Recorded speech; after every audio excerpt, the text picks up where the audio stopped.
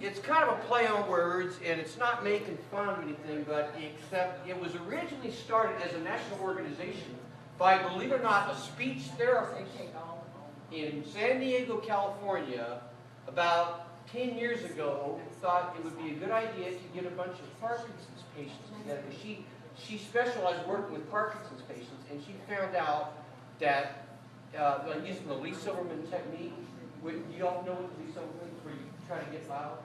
She also loved music, and she used, with her patients, she used to use songs to help get them to project their voice louder.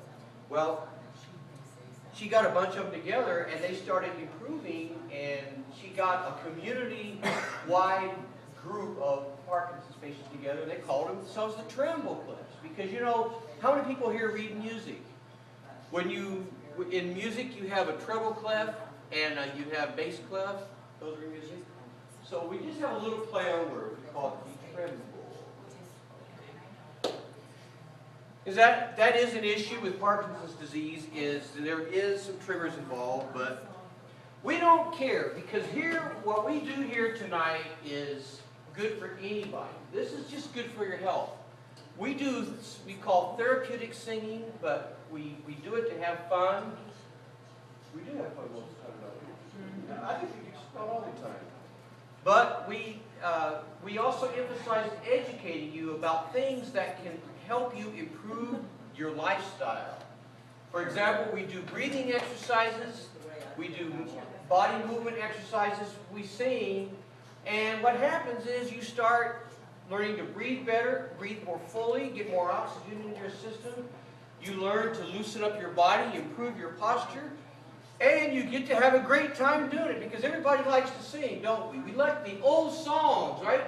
The songs that we all grew up with, like Supercalifragilisticexpialidocious. No, I don't think, did we grow up with that? No. But we did grow up with, you are my sunshine, my only sunshine, you make me happy. So we don't do anything complicated here. We do easy songs that everybody can sing in their sleep. The only difference is we put more energy than you do when you're sleeping. Because when you're sleeping, if you tried to sing You Are My Sunshine, you might say, I can't wake it up. You are my sunshine, my only sunshine. We wake up. We do yawns. If everybody give me a big yawn. Stretch the massage the face. This is our warm-up, folks. Okay.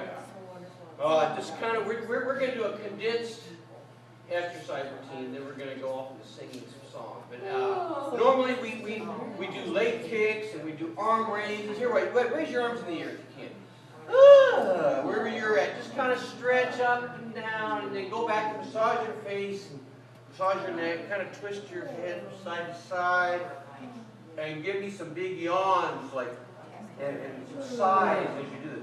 Yawn!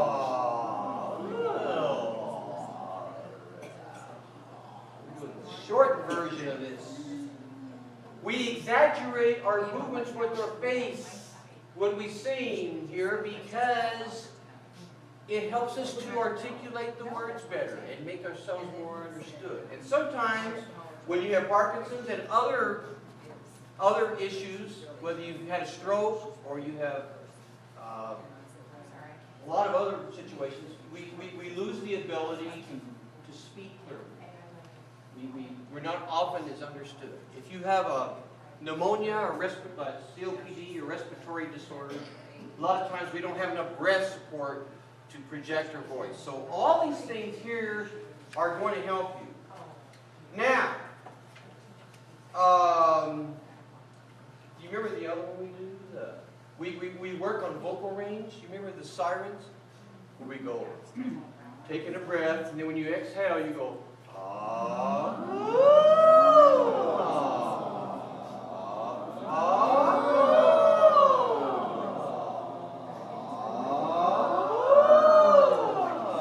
This is how we work with our voice.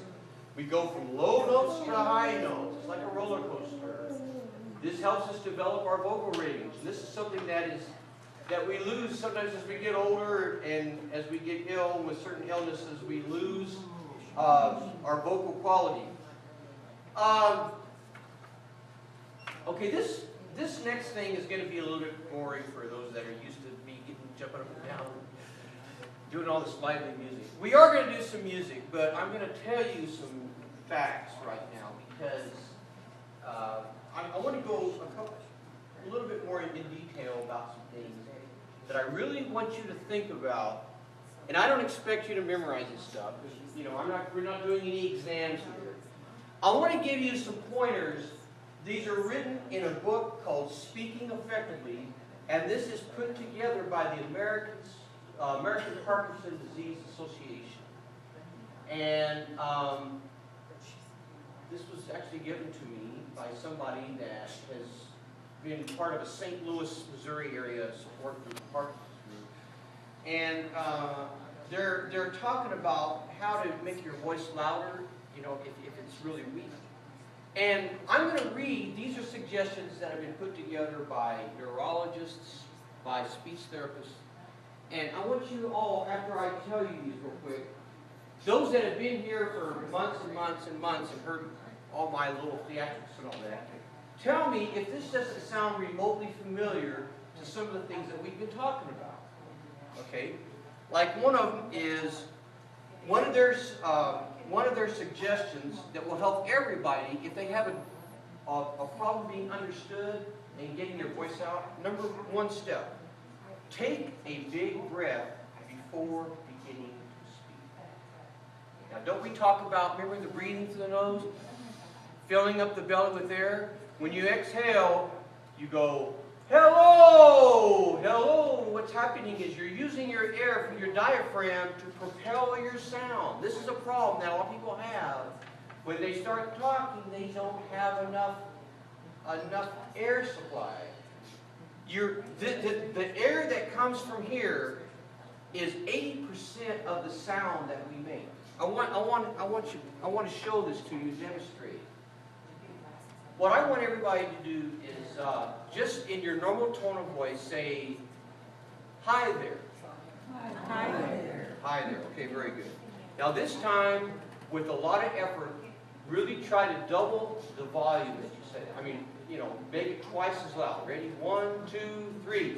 Hi there. Okay, now this time what I want you to do is I want you to put your hand in front of your tummy and I want you to squeeze in and constrict all the airflow coming from this.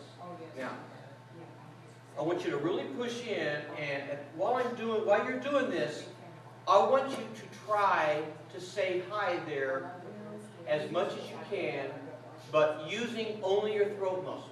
You're not using anything down here. I want you to close it off and try to say hi there. Here we go. 1, 2, 3.